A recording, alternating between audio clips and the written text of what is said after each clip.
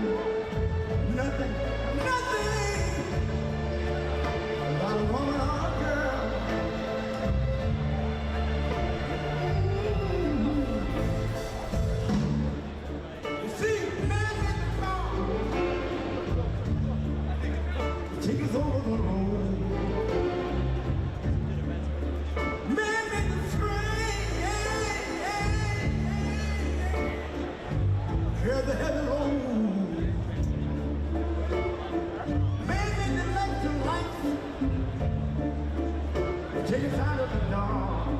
And man is a mother of a water.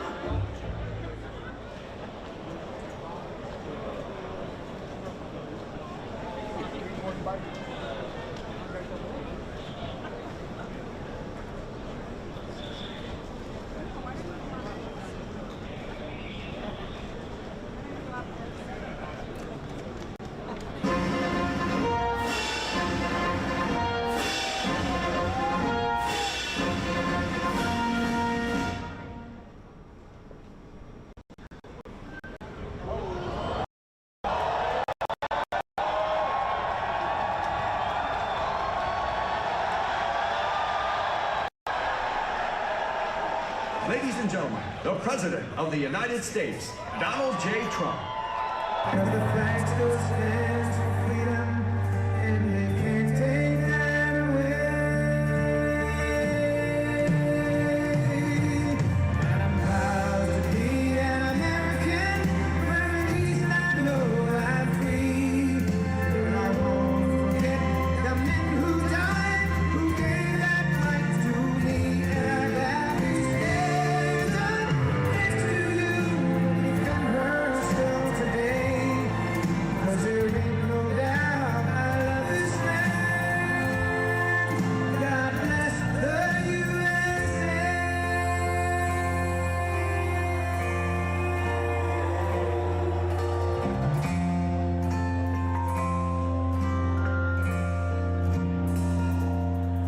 From the lakes of Minnesota to the hills of Tennessee,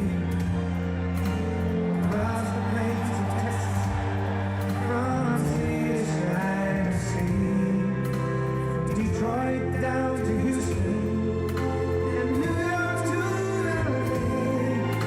There's pride in every American heart, and it's time we stand and say, I'm proud to be an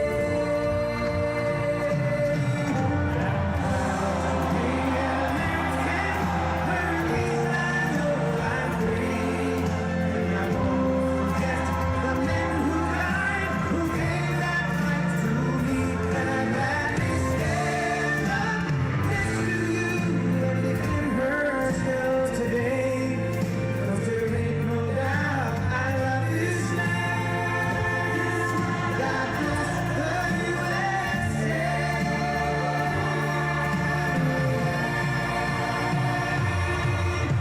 I'm proud to be an American, where at least I know I'm free.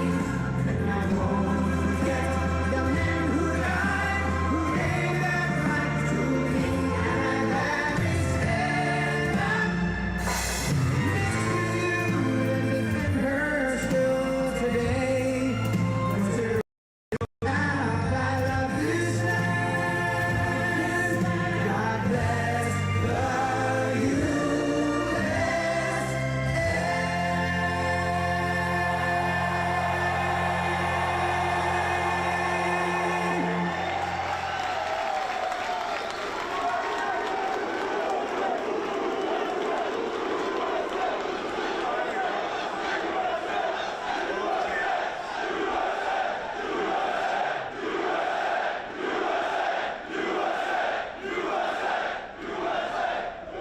Thank you very much. A big hello. This is a special group of patriots, champions, winners. You are winners. Oh, I'd love to have you, Joe.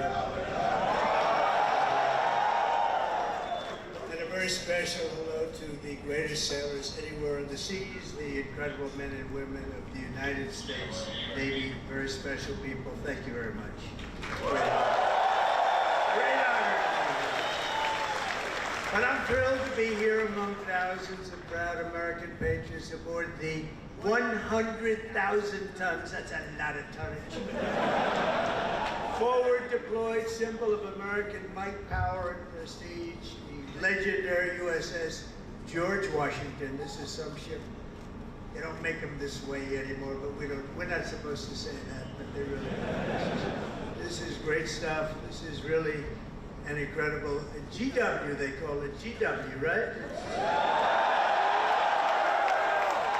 We've come this afternoon to celebrate the strength and the skill and service of everyone on the ship. So we're going to all relax. We're going to have a good time. We're not going anywhere, you know. If you go back to Washington, it's like 2 o'clock in the morning. But I want to just tell you that you are special people, and we're going to have a little fun. And I'm going to tell you how great our country is and how well we're doing, because a year and a half ago, we had a different country than we do right now. Now we're the most respected country in the world. We're the hottest country anywhere in the world. And it hasn't taken too long, but I had no doubt. I just didn't know we were going to do it this fast. We've done it fast because of people like you. So I want to thank you very much. And I want to recognize a man that you all know well. And he's a tough cookie. He was formerly our Secretary of Defense, but now he's proudly known as our Secretary of War, Pete Axel.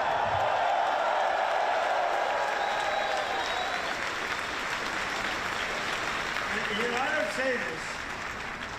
He gave up a hell of a job. They were going to pay him millions of dollars. They didn't want him to leave. That crazy fox said he wanted to leave. But he wanted, you know, every time I'd go on that show, all they wanted to talk about is the military. And they said, you know, if I ever do this, I'm going to bring this guy along with me. He knew more about it than anybody. He didn't want to be doing the other stuff. And he had a chance. He could have made so much money. He wouldn't have known. He didn't want that. This is what you wanted to be. He's so happy now. Those drug ships aren't coming in anymore. We can't find a ship. There's no ships coming in with drugs, you know. It's like he's been incredible. So thank you very much, Pete. You gave up a lot. We appreciate it. And unlike past administrations, we will not be politically correct. You don't mind that, do you? When it comes to defending the United States, we're no longer politically correct. We're going to defend our country any way we have to. That's usually not the politically correct way. From now on, if we're in a war, we're going to win the war. We're going to win it like nobody ever before. You know, we'd go in, we'd blast the hell out of countries. You shouldn't have gone in. By the way, if you don't go in, that's even better. We don't have to go in peace through strength. But, you know, we'd go in, we'd win, and then we'd leave. They used to say, to the victor belong the spoils. Well, we'd be the victor, then we'd leave. There's been people that didn't know what the hell they were doing. But we're also very honored to be joined by hundreds of our incredible Japanese partners, and they are incredible. Thank you very much.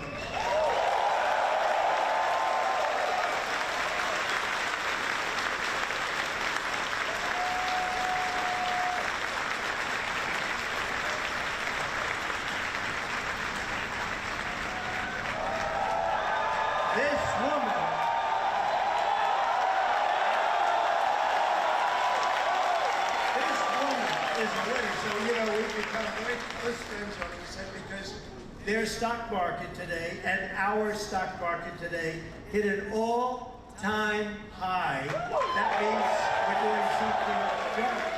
But the cherished alliance between the United States and Japan is one of the most remarkable relationships in the entire world. Really, there's never been anything like it. Born out of the ashes of a terrible war, our bond has grown over 8 decades into the beautiful friendship that we have. It's a foundation of peace and security in the Pacific. You see it? So on behalf of all American sailors stationed in this beautiful country, let's hear it for our allies and the Japanese self-defense forces and all of the Japanese people that we love and respect. And I have such respect for Japan and the country. And now I have a really great respect for the new and incredible Prime Minister. And I have to say this, the first female Prime Minister of the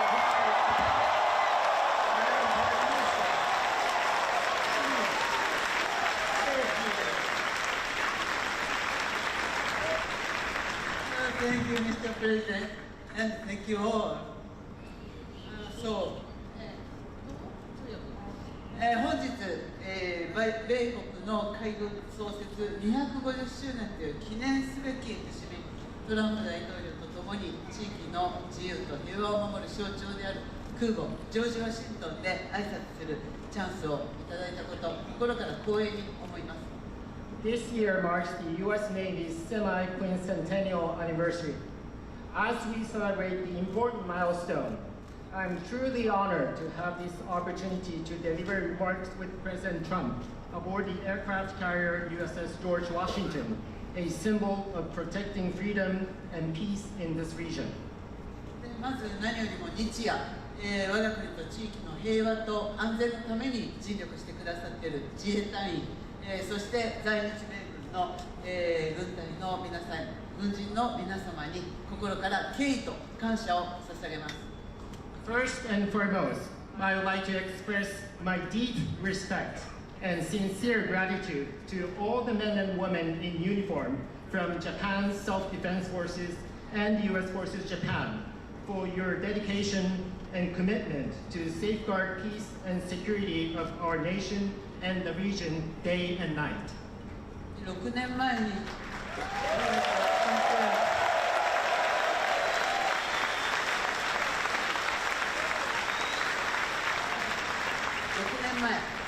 横須賀の地で、トランプ大統領と、亡くなった安倍晋三、総理が、日米が共に手を取り合って、この地域の平和と安全を確保していくという決意を示しました。6 years ago, at this same place, here in Yokosuka City, the late Prime Minister Shinzo Abe and President Trump stood side by side and demonstrated their resolve that Japan and the United States would join hands to ensure peace and security in this region.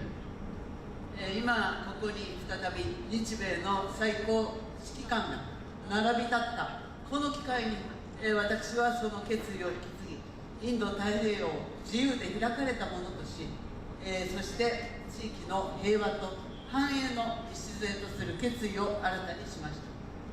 Now, as the two commanders-in-chief of Japan and the United States stand together once again, I have renewed my determination to carry forward that resolve and to make the Indo-Pacific free and open so that it will serve as the foundation of peace and prosperity for the entire region.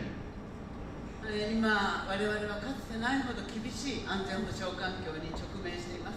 平和は言葉だけではなく、確固たる決意と行動によってこそ守られます。Now, we are facing an unprecedented severe security environment. Peace cannot be preserved by words alone. It can be protected only when there is an unwavering determination and action. あちらに見える最上とマヤを含む自衛官とこのジョージ・ワシントンは数多くの訓練を重ねてきました。でまた横須賀にいる多くの、補給整備に携わっている、日米関係者の皆様、そして地域社会との絆が、米国海軍の活動を長年にわたって支えてきました。こうした幾層にもわたる日米の協力が日米の抑止力、対処力を確かなものとしております。From where we stand, we can see Maritime Self-Defense Forces Mogami and Maya, vessels of Japan's Maritime Self-Defense Force, and USS George Washington have conducted numerous joint exercises. Just as importantly, there are so many Japanese and American personnel working for logistics and maintenance here in Yokosuka.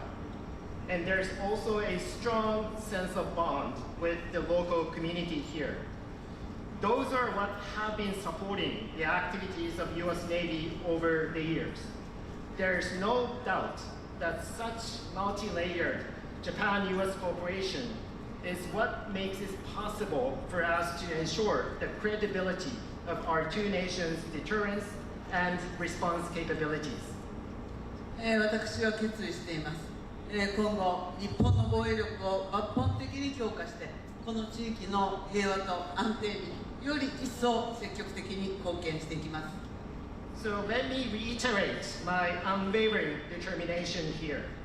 Japan is committed to fundamentally reinforce its defense capabilities, and Japan is ready to contribute even more proactively to peace and stability of the region.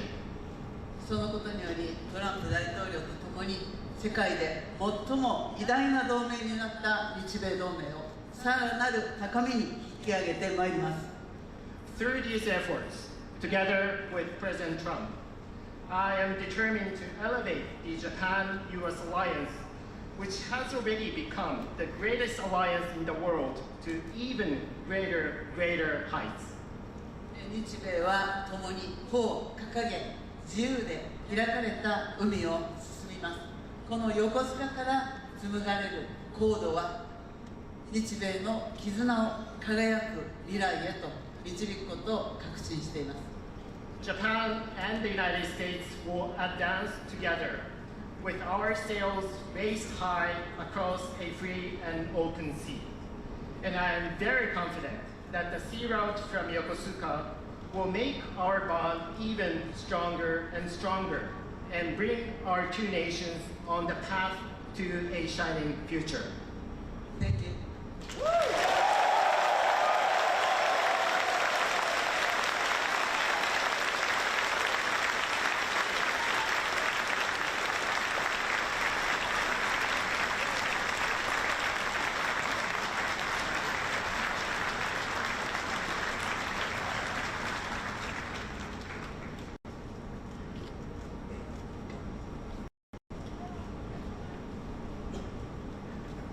Thank you very much.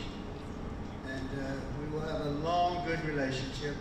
And we'll have fun doing it. You know, you have to have fun. Although sometimes it's never fun. She's tough to negotiate with.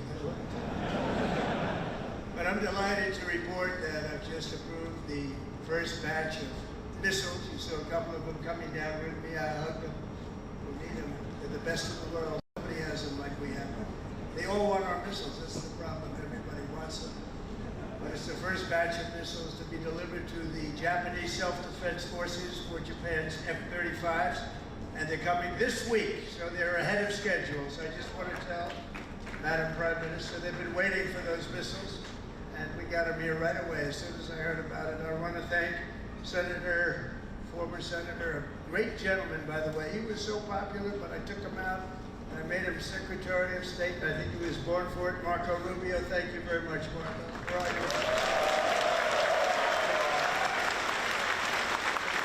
job. He was born for it. Ambassador George Glass, thank you very much. George, good job you're doing. Thank you.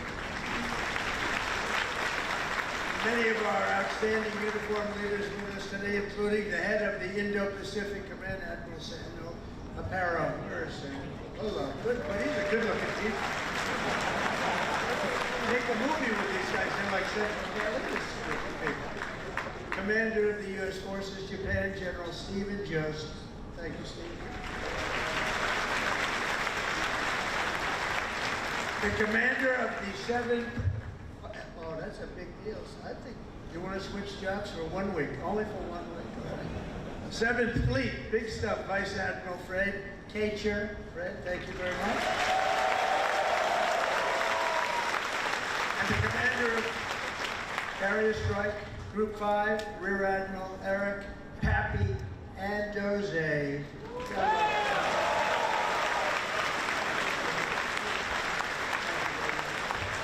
And of course, we can't forget about your command triad aboard the George Washington. There's nothing like this one. This is a beauty, and I hear your commanding officer is a big Alabama football fan. You know, I love Alabama. Captain Timothy Waits, and let me just say, roll tide. You know, I love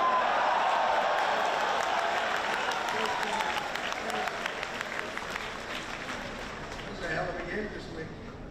I don't know how the hell you pulled that one out. If you didn't win, I wouldn't have mentioned it. I would have just introduced you. But you came back from oblivion. Isn't that nice coming back? Coming back is good. Thanks as well to your XO, Captain Patrick Live. Captain, where is it, Captain, thank you. Highly respected person. All of these people are the best. Look at them. I mean, you look at them. They could have any job they wanted. They could walk down to Wall Street, make a fortune. They wouldn't do that. They like what they're doing, and nobody does it better, as well as really one of the most important people on the ship. Have you ever heard of Command Master Chief Tony Roberts? Have you ever heard of that? Wherever you are, where's Tony? Thank you, Tony. He's a popular guy. And as many of you know, this month we're celebrating a truly momentous anniversary. 250 years of courage and pride, honor and victory by the United States Navy. 250 years, can you imagine?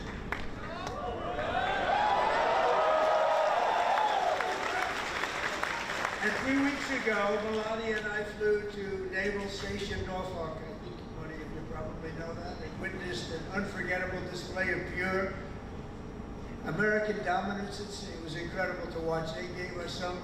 Then I said, slow it down, costs a lot of money. Let's save it. Let's relax.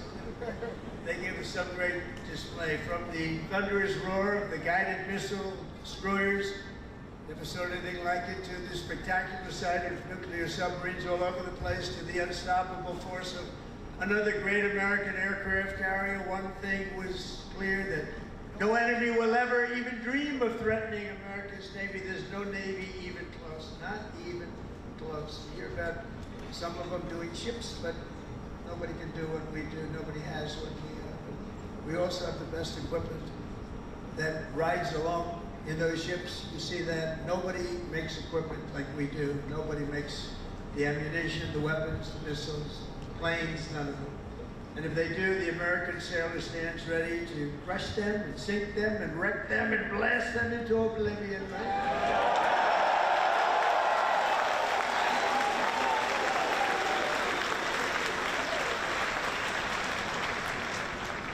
That's a terrible statement for me to make. That's the end of it. So everybody said that I should immediately get the Nobel Peace Award. With that statement, that takes me out of the running. That's the way it is. The United States is blessed with the strongest, most powerful military in the history of the world. There's no military like our military, not even close. Nobody has our weapons. It'll be stronger and more powerful than ever before very soon. We just approved the biggest budget in the history, over $1 trillion. Over $1 trillion. We have the best ships, the best airplanes, the best submarines, the best technology. But above all, we have America's military. It's the best people. It's all about the people, ultimately. You have to work all of that fancy stuff that we make better than anybody else. The fact is, we do make the best weapons, but if you don't have the right people to operate those weapons, they don't mean much. Despite that, as Commander-in-Chief, I never forget that our ultimate strength does not come from equipment. It comes from the men and women of the rank and file. That's true. It comes from you people, incredible people, good-looking people. Too many good-looking people. I don't like good-looking people. I never liked good-looking people, I'll be honest with you. Never admitted that before. But see, I'm allowed to see, you know, we wanted the Supreme Court to think based on merit. You know about that, right? Merit. Everything now in our country is based on merit, and that's why I look at you and I see nothing but merit. It's great to have a country back where we can go by merit now. We don't go by anything else except for talent and work and hard work, and it's such a big win. That was such one of the most important wins. The will, patriotism, and spirit in your hearts is our single greatest weapon. The strength that you have is unbelievable. That's why, as we make a record investment in our military, we've never spent so much, and we've never spent it more wisely, because now we watch it. We spend it properly. I'm also supporting an across-the-board pay raise for every sailor.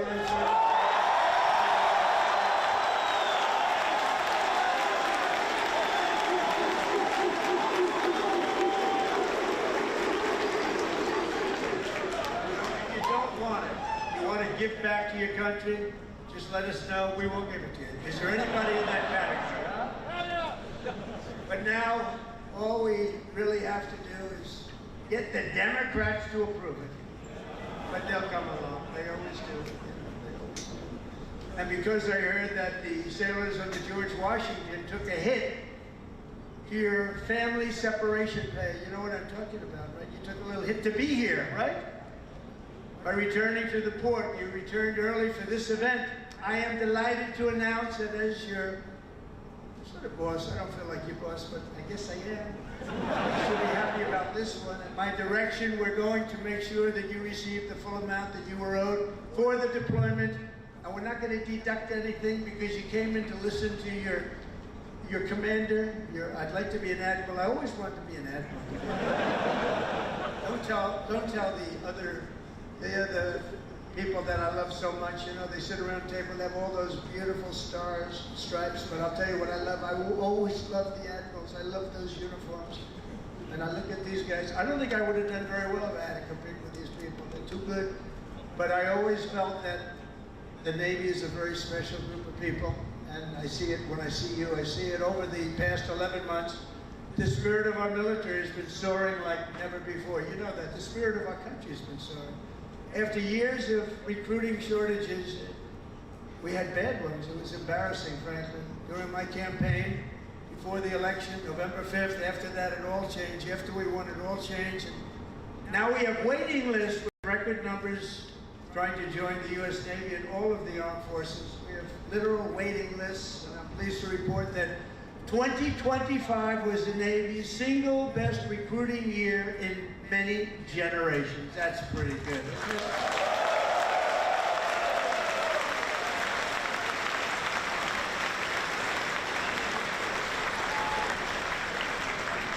But, you know, think of it. It seems like I've been up here so long, and it seems like I've been doing this for a long time and a half. We had a great first term, but nothing like what's happening now. We had the greatest economy in the history of our country. I rebuilt the military in the first term, and then they gave a lot of it away to Afghanistan. But it was really just a tiny speck, but it was the concept of what it was. But we rebuilt the military, and we did so many things in the first term, but we're blowing it away right now. But think of it, just 1 year ago, I was in the middle of a campaign. Can you believe that? It doesn't feel that way. I said, you know, you're right. It's not November 5th yet. We have another week or so to go. I was campaigning 1 year ago.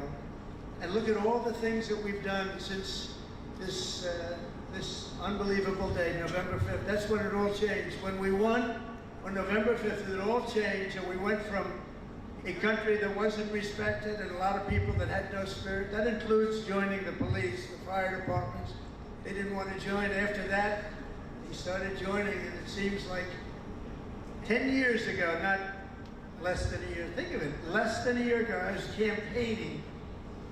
You know, we won the second election by a lot, so we had to just prove it by winning the third by too big to rig, I called it. It was too big to rig. And it was an amazing victory. And thank goodness we won, because we were in big trouble. We were in big trouble. But the new recruits, every sailor aboard this ship has answered the sacred call of duty to cross any ocean, fight any battle, and defend America and its allies with unwavering resolve. As you know, the George Washington is the only aircraft carrier on Earth that is permanently stationed overseas. It's permanent. Now, if you'd like to take a trip back to America, let's do it one time. Well, I'll join you. I'd love to join you. You know, when I landed on this, it doesn't feel like a ship. It's solid. This is a solid piece of stuff. These 4.5 acres of power and steel are the front line of American freedom in the Pacific. Every day you're taking risks to keep our country safe and to defend peace and security in this incredible part of the world, working with Japan, working with other nations. I just left Malaysia. We stopped a big war with, you know that, we stopped 8 wars. Can you imagine? In 8 months, I stopped 8 wars. Like, I stopped a war month. Think of that. That's pretty good. But I just left Malaysia. Thank them, because they helped us very much with all of them, and actually for even a second, they're great people, and they send their regards. I spent a day there with the Prime Minister, and we had a good time. But you carry out your mission bravely, you carry it out brilliantly, and on behalf of all Americans, I just want to say, and I came over to say it loud and clear, thank you very much. Thank you.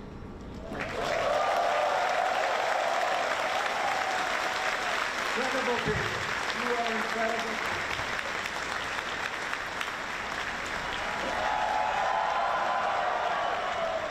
They actually have the best location. Because if they're really good looking, they end up in Hollywood. You're not going to end in Hollywood. They can just see the back of your head. Look at all the fake news back there. But 2 years ago, Naval Air Crewman 3rd Class James McCall was just a few months into his first fleet tour with the Golden Falcons helicopter squadron, when he and his crew were called on a search and rescue mission to find 3 missing Navy divers. Incredible, brave guys and divers. But they were stranded at sea right off the Japanese coast. They were exhausted and assuming they were going to die. They assumed they were going to die. But with unbelievable focus and skill, crewman McCall was able to find and help rescue all 3 divers in the water below, saving his fellow sailors. And James is with us today as a shipmate of this carrier, crewman McCall. Thank you very much for your incredible bravery, and we salute you. Where is James? Where are you, James? Whoa! Come on!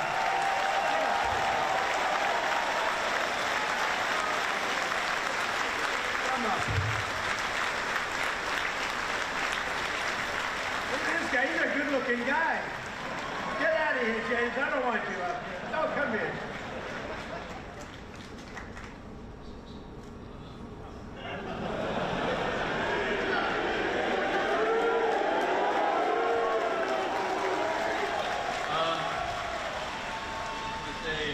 Appreciate all my fellow shipmates. What I did back then in Iwakuni, it was heartbreaking for losing those loved ones down there, but we brought some back whenever we went down there. And just God bless America and all my fellow shipmates. Appreciate it. And say that, Larry.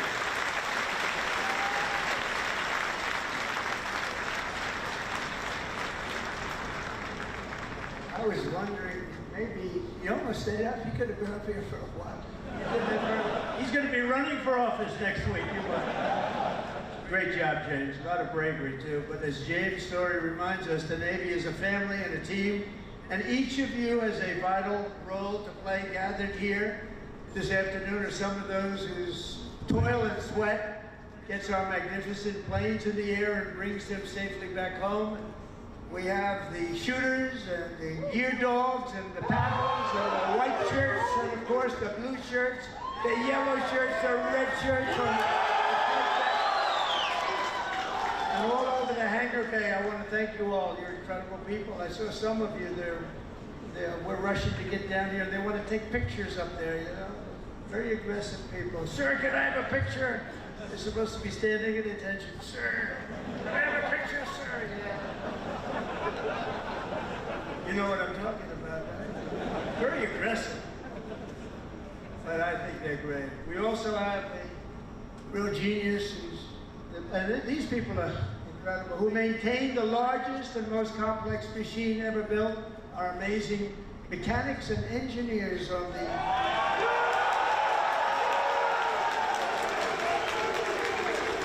And I asked your captain, you know, I'm building aircraft, I'm building a lot of things, but I said, Captain, you gotta tell me something.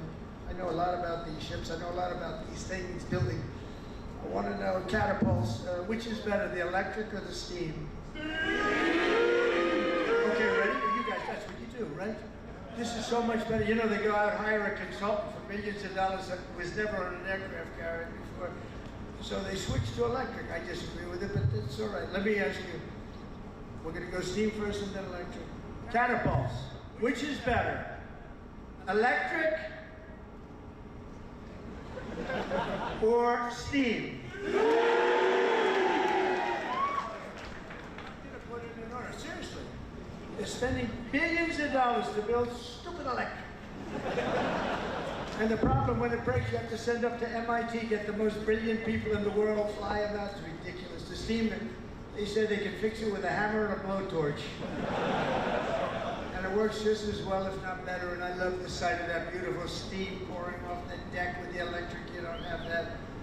So, you know, we did the Ford and electric, the cost overruns, everything else. You know, I hope it's going to be okay, but I like steam. We're going to go back to steam. They change just for the sake of changing. I said to the architect, have you ever designed a ship before? You know, we did the biggest ship in the world, right? The Ford. But we're going to go back. Okay, now let me ask you the second question. Hydraulic for your elevators or magnets? You know, the new thing is magnets. So instead of using hydraulic, you can be hit by lightning and it's fine. You take a little glass of water and you drop it on magnets. I don't know what's going to happen. So you know the elevators come up in the new carriers. I think I'm going to change it, by the way. They have magnets. Not every tractor has hydraulic. Every excavator, every excavating machine of any kind has hydraulic. But somebody decided to use magnets for your own. Maybe they could. Which is better, hydraulic or magnets? What the hell is wrong with this? Can I ask you, the top-ranking gentleman right here? Seriously, I'm putting out an order. I'm going to sign an executive order. When we build aircraft carriers, it's steam for the catapults and it's hydraulic for the elevators. We'll never have a problem, okay? Do you agree? He agrees, everybody agrees, but these people in Washington. All right, we're going to do that. I'm serious about it. It bothered me so much. I see the costs come in. They spend $900. This is not on my watch, so you know. If it was on my watch, I would be very quiet about it. I would be. They spent $993 million on the catapults, trying to get them to work. And they had steam, which works so beautifully, and it has for 50 years, right? So we're going to go back. Seriously, fellas, I want to make that change. I'm going to do an executive order. I'm not going to let them continue to do this. They're trying to make it work. They're trying so hard, and they have something that's perfect. So we're going to go back on that and the magnets. Thank you very much. And of course, we cannot forget the daredevils and the pilots of the famed Carrier Air Wing 5, known as Team Badman. What the hell is that all about? What are they? They're bad. The elite air units aboard this vessel are storied squadrons like the Royal Maces, the Diamondbacks, the Argonauts, the Chippies, the Titans, the Tiger Tails, the Shadowhawks, the Saberhawks, all great, brave people. They're all incredible. You're all incredible people. Do you know they say, and I love it. I love aviation. I actually had a brother who was a pilot. And see, Biden used to say he was a pilot. He was a pilot, he was a truck driver, whoever walked in, he wasn't a pilot. He wasn't much of a president either, to be honest. That I can tell you. That we all know. But they say the hardest thing to do is landing a plane on an aircraft carrier. And great pilots can do everything. They're great pilots, but they can't do that. It's a very special talent. So the people that do that are in this room, you're a very small group of people. Tremendously talented pilots cannot do it for a lot of reasons. There are a lot of reasons. A lot of it's right up here. So I have great respect. The hardest thing you can do as a pilot is land. You know that this ship is so big. But when you're up there in the Pacific with the Atlantic and the waves are crashing and it's getting dark, or it is dark, which is even worse, getting dark is better. But when you're up there, they say it looks like a little needle in the ocean. It's just a very little thing. You're landing on top. So I have great respect when I see them land. You know, 3 weeks ago they were landing and doing it beautifully. They're very, very talented people. And nobody embodies skill and nerve and swagger and the attitude like a U.S. naval aviator. So I have great respect for you all. Thank you very much. One of the reasons I'm here. That's why I'm here, not someone else. I didn't need this. I didn't need the whole damn job. I could have been doing, I could have had I had such a beautiful life. But you know what? We're making America greater than ever before, and that's why I'm doing it. And we are doing numbers that nobody's ever seen, nobody ever even thought possible before. Think of it. A year ago, we were a dead country. We were like a dead country, and now we have the hottest country anywhere in the world. Is nobody even close. It's pretty amazing, okay? None of it would be possible. All of these things that we're doing, all of the respect that we have, it's really because of people like yourself. And the armed forces generally, it's amazing. The job that you all do, none of it would have been possible. And all of those important missions in the Navy, the devoted members of the Food Service Division serving up to 14,000 meals every single day. How's the food? It's good, I hope. Probably my kind of food. I like that kind of food.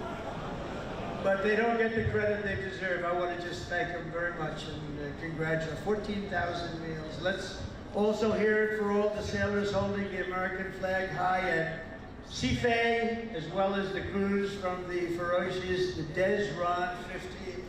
Desron.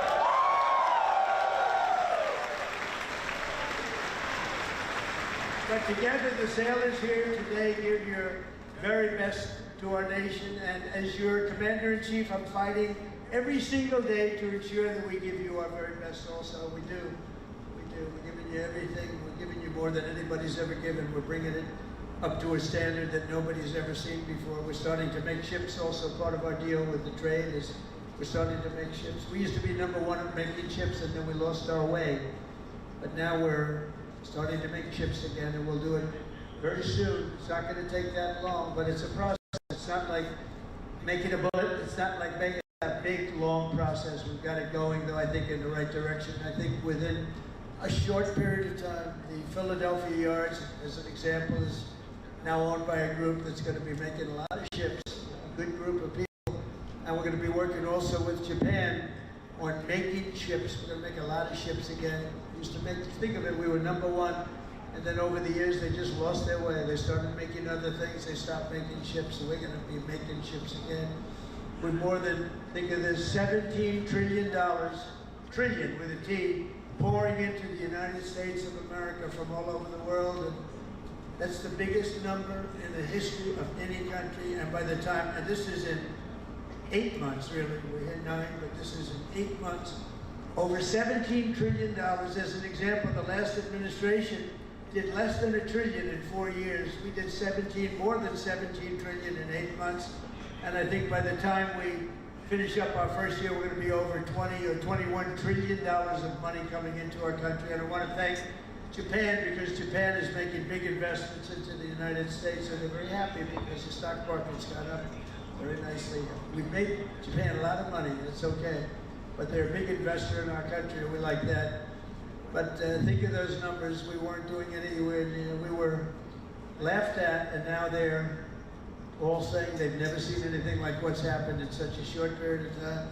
And I was just told by the Prime Minister that Toyota is going to be putting auto plants all over the United States to the tune of over $10 billion. So that's Toyota. So go out and buy a Toyota. And that's a lot to do with, because right now we have all the AI plants, we have so many things happening in the United States, and it's because of November 5th election day, but it's also because of tariffs. The tariffs have been so good. We're taking in trillions and trillions of dollars. I heard them, before I came up, I heard, you're all on television, they're talking to all the networks, everybody's covering it. Look at these characters back, look at all of them. And they were talking about the tariffs. The tariffs have, nobody understood tariffs like I understood tariffs, and the tariffs are having people go into our country and spend tremendous numbers like we've never seen, and that brings jobs with it. It brings jobs, it brings importance, it brings everything. It brings a strong military. It brings a lot of things to other countries. I mean, if you look at some of the deals that we did, if India is going to go to war with Pakistan, and they say, you go to war, we're not going to do any trade. Was going to put big tariffs on both countries, and they said, well, guess we're not going to go to war. 2 nuclear powers, we stopped it. We stopped a lot of wars. Tariffs, without tariffs, we wouldn't have national security like we have it. We've never had national security like we have it right now. And literally a year ago, you had very little national security. You had people that didn't have a clue. American strength is roaring back like never before, and with your help, America is respected once more, and it is respected at levels that we haven't seen before. On my first day back in the White House, I deployed the men and women of the United States military to stop the invasion on our southern border, right? It was an invasion, losing hundreds of thousands of people to fentanyl and to drugs, and now we have the most secure border in American history. For 5 months, they said zero, no people came into our country illegally. They came in through a legal process, but nobody came in through the southern border. Can you imagine? Even I can't, it's hard to believe that. Because, and we do have it tight as a drum, but that's what we have to have. If you don't have borders, if you don't have a fair media, If you need certain things. You need a good, fair media. They're getting better. They're not there yet, that I can tell you. But they're getting better. But you need borders. You gotta have borders in a country, or you don't have a country. And now we have a border that the likes of which this country has never seen before. And people respect us for it. With the help of our war fighters, we're decimating the savage drug cartels that poison our people. 200,000 people, maybe more than that, died last year because of what came into our country. Through an open border policy where 25 million people poured into our country, totally unvetted, totally unchecked. They came from prisons. They came from mental institutions and insane asylums. They were drug dealers. They were bad people. 11,388 were murderers, half of which committed more than one murder. They let them into our country. We're getting them the hell out. We're getting them out. We're getting them out fast. Is that okay with you? Yes, no doubt.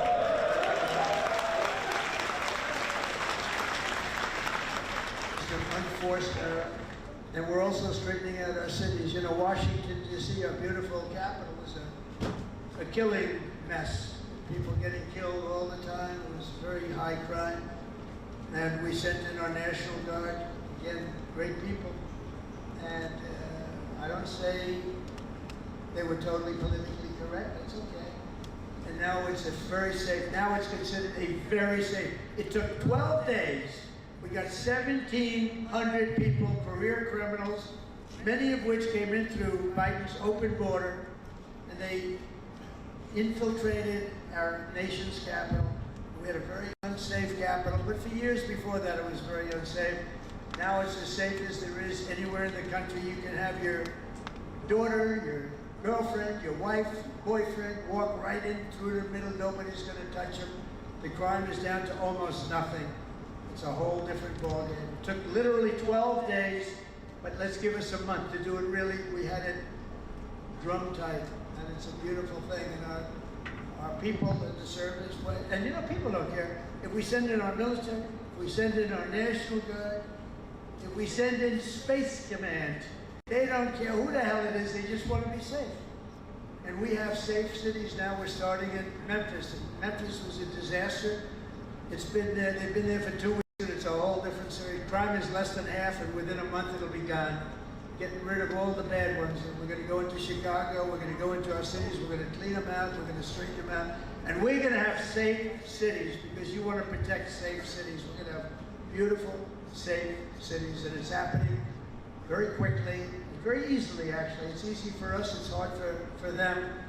And we have to have a little more help. It doesn't matter really, we can do as we want to do, but it would be nice to have more help from some of the Democrat governors that don't mind. In Chicago, 2 weeks ago, 4 people murdered, 11 people shot. This weekend it was like terrible, much worse than that. And then we have a governor that stands up and says, oh, it's wonderful, it's not wonderful. And what we're doing is we're going to make it totally safe. It'll be very safe very soon. And we're doing that with all of our cities that are troubled. We have cities that are troubled. We can't have cities that are troubled. And we're sending in our National Guard, and if we need more than the National Guard, we'll send more than the National Guard, because we're going to have safe cities. We're not going to have people killed in our cities. And whether people like that or not, that's what we're doing. And you've been watching what our missiles do to boats and ships and submarines. How about the submarine? They said, no, that was just fishing. The radical left Democrats said, well, it was a submarine, but they were just fishing. Submarines don't go fishing, do they? You know more about submarines than I do. You have a beauty park outside. This is a submarine, and you know what it was designed for? Transporting drugs, and it got hit. But each one of those vessels that we hit kill, on average, 25,000 people, American people, every single year. They kill, each one of them killed 25,000 people. So we have to stop it, and we have stopped it, and I want to thank Pete for having the courage to do it. And believe me, people are very honored that you do it. 25,000 people for each boat. For many years, the drug cartels have waged war in America, and at long last, we're finally waging war on the cartels. We're waging war like they've never seen before. and we're going to win that battle. We're winning it already. The sea, I mean, the only problem is nobody wants to go into the sea anymore. Even the fishing boats, they say, let's take a pass. But they don't want that. But we're knocking them out one by one. And very importantly, we've almost stopped completely the drugs coming in by sea. And now we'll stop the drugs coming in by land. That's going to be very easy. More importantly, we're ending wars. We're ending wars all over this planet. And as you know, and I said before, I ended 8 wars in 8 months, the most of any president in history. No president that we know has ever ended any war. A lot of them go into wars. But this includes Kosovo and Serbia, the Congo and Rwanda, Pakistan and India, Israel and Iran. You saw that. How about those B-2 bombers? They went in there, they took out that nuclear capability. They would have had a nuclear weapon within 2 months. Not anymore. Egypt and Ethiopia, Armenia and Azerbaijan. That was going on for 35 years, big, horrible war. And just this month we ended the war in Gaza, in the Middle East. We ended the war in the Middle East. Nobody thought it was possible. And we also just signed a deal in Malaysia between a war that was just starting, Cambodia and Thailand. So we saved millions and millions of lives, and I did it mostly verbally. We didn't have to get you involved. When we don't get you involved, that's a good thing. We don't want you to get involved. If I can avoid you getting involved, if I have an ability to do things that maybe other people don't when we see things, but we stopped a lot of those wars based on trade and tariffs and penalties. You know, they're getting all ready to fight, and then we tell them, no more trading with the United States. We're putting tariffs on your nation, et cetera, et cetera. It's called national security for us, but it's really national security for the whole world. And everywhere we go, America is actually making peace, and it's peace through strength. When they look at this, when they look at you people, they say, we're not going to mess around with them. So it's very important. After years of crippling inflation, back home we had the worst inflation in the history of our country. Energy costs are down. You know, energy costs are way down. Gasoline prices are way down. Grocery prices are way down. We have a little problem with beef. We're going to get that down very quickly, but the prices are way down. Mortgage rates are down despite having an incompetent head of the Fed. I call him too late. He's always too late. It's too late in lowering interest rates. I call him Jerome Too Late Powell. But despite having a totally grossly incompetent guy, we have, we blow through it because we're doing so well. Inflation has been defeated, and workers' wages are rising at the fastest pace in 60 years, and that includes your wages. They're rising at the fastest pace. The workers, I'm not talking about the rich people. Rich people, everyone's doing well. Everyone in our country is now doing well. My first term, we built the greatest economy in the history of the world. We had an economy like nobody has seen before. Now we're doing it again, but this time actually it's going to be much bigger, much stronger. I told you $17 trillion, but it's going to be $21 trillion. And that's numbers that have never been heard of before. Much bigger than any other country in the world by literally $15, $16 trillion. It's amazing. The sailors of this ship sacrificed so much for our country, and the president, and I will tell you, the president standing right up here loves you. I respect you and I love you. And I'm giving everything I have to make sure that when you get home, you find an America that is safe and proud and sovereign and free. One service member who reminds us that we're working for you and for everybody and for our country is Chief Warrant Officer Will Hightower, who serves on the George Washington in the all-important deck department. Do you know what the deck department is? I have no idea. But they do. In April 2024, Will sailed away from Norfolk, leaving behind his wonderful wife, Megan, their precious 6-year-old daughter, and their 1-year-old son. The past 12 months, he has only been home for 3 weeks total, 3 weeks. Enormous sacrifice, very tough on the family, but an experience everyone on the ship really knows very well. In February, Will's tour will come to an end, and he will finally be going home just in time for his daughter's birthday. So, Will, I want to thank you together with all of those people that go through the same thing. I want to really thank, where is Will? Is Will around here? Where is Will? Wow, look at him. It's a good-looking people here. That's great, Will. How does it feel? Good? That's great. Feels amazing. That's fantastic. That's fantastic. See, in the old days, I'd say, does your wife still love you? But I don't do that anymore. Does your wife still love you? Yes. Do you still love your wife? Every day. That's good. Okay, that's good. No, that's good. Beautiful. Say, I love you, Bill, right? And just in conclusion, every sailor here today inherits a legacy of valor and grit and glory unmatched in the long history of mankind's voyage on the seas. It's a voyage like nobody's ever had like you have.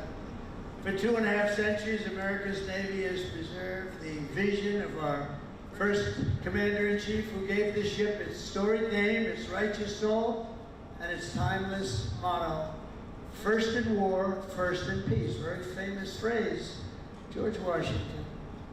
After 250 years, that is exactly what our country is today. It's first in war, first in peace, first in wealth, first in power, first in science, first in spirit, and first in freedom. We went through 4 bad years, but now America will always be first again. If you have the right person up here, you have somebody that understands a lot of different subjects, we're going to be bigger, better, stronger, and more important, really, frankly, to the world. Japan respects us. If you see what's going on all over the world, they're respecting us again. They respect us like never before. The treatment they gave me all over as I go around to different countries is great, but it's really a respect for me, but it's a bigger respect for our country. They respect our country again.